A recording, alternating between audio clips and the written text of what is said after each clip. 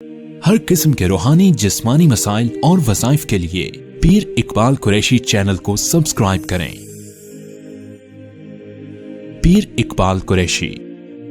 بسم اللہ الرحمن الرحیم۔ جمعرات کا دن جو ہے وہ اسلامی کیلنڈر میں بہت حیثیت کا حامل ہے، اس لیے آج جمعرات کا میں آپ کو بہت خاص الخاص وظیفہ دے رہا ہوں، جس وظیفے کی تاثیر آپ کو انشاءاللہ فوری نظر آئے گی۔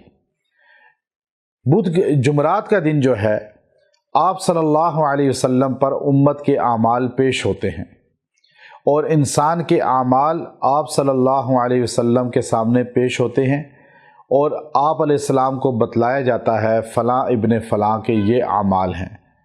اب انسان کتنا غلامی اختیار کر رہا ہے حضور علیہ السلام کی، اور کتنا نافرمانی کر رہا ہے، یہ سب چیزیں روزہ اطہر پہ فرشتے پیش کر دیتے ہیں۔ اسی لیے جمعرات کے دن عرب کے لوگ روزہ رکھتے ہیں، اور اکثر آپ دیکھیں گے ایمان والے بڑے جو اکابر ہیں ہمارے علماء، وہ روزہ دار ہوتے ہیں جمعرات کے دن، کہ ہمارے اعمال جب ہمارے نبی کے سامنے پیش ہوں تو ہم روزے کی حالت میں ہوں۔ جمعرات کا دن بڑا مقدس ہے۔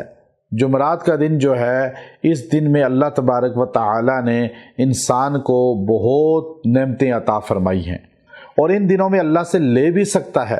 اب یہ انسان چاہتا ہے کہ میرے اعمال ہمارے نبی کے پاس ایمان والے پیش ہوں، اطاعت والے پیش ہوں، اور میرے نبی ہم سے راضی ہو جائیں، اللہ ہم سے راضی ہو جائے۔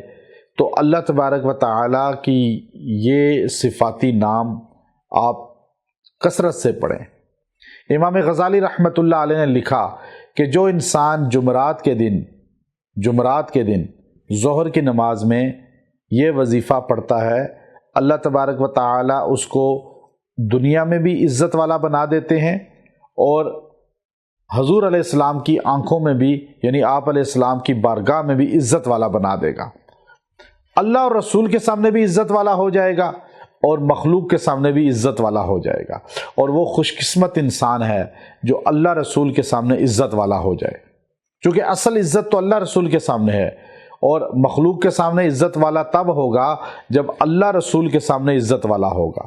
تو اس کے لیے یہ وظیفہ اختیار کریں، مرد اور عورتیں۔ اللہ آپ کو یہ دونوں فیض عطا فرمائے گا کہ یا ذل جلال والاکرام، یا ذل جلال والاکرام، یہ 300 بار پڑھیں جمعرات کو ظہر کے بعد، اول آخر 11 بار درود شریف پڑھ لیں۔ اللہ آپ کو وہ اعمال کروائے گا پورا ہفتہ کہ جو نبی کی غلامی والے ہوں گے، اللہ کی غلامی والے ہوں گے، اللہ کے رسول، اور اللہ آپ سے راضی ہو جائے گا، مخلوق آپ سے محبت کرے گی، آپ کی ہیبت لوگوں کے دلوں میں ہوگی۔ وآخر دعوانا ان الحمد للہ رب العالمین۔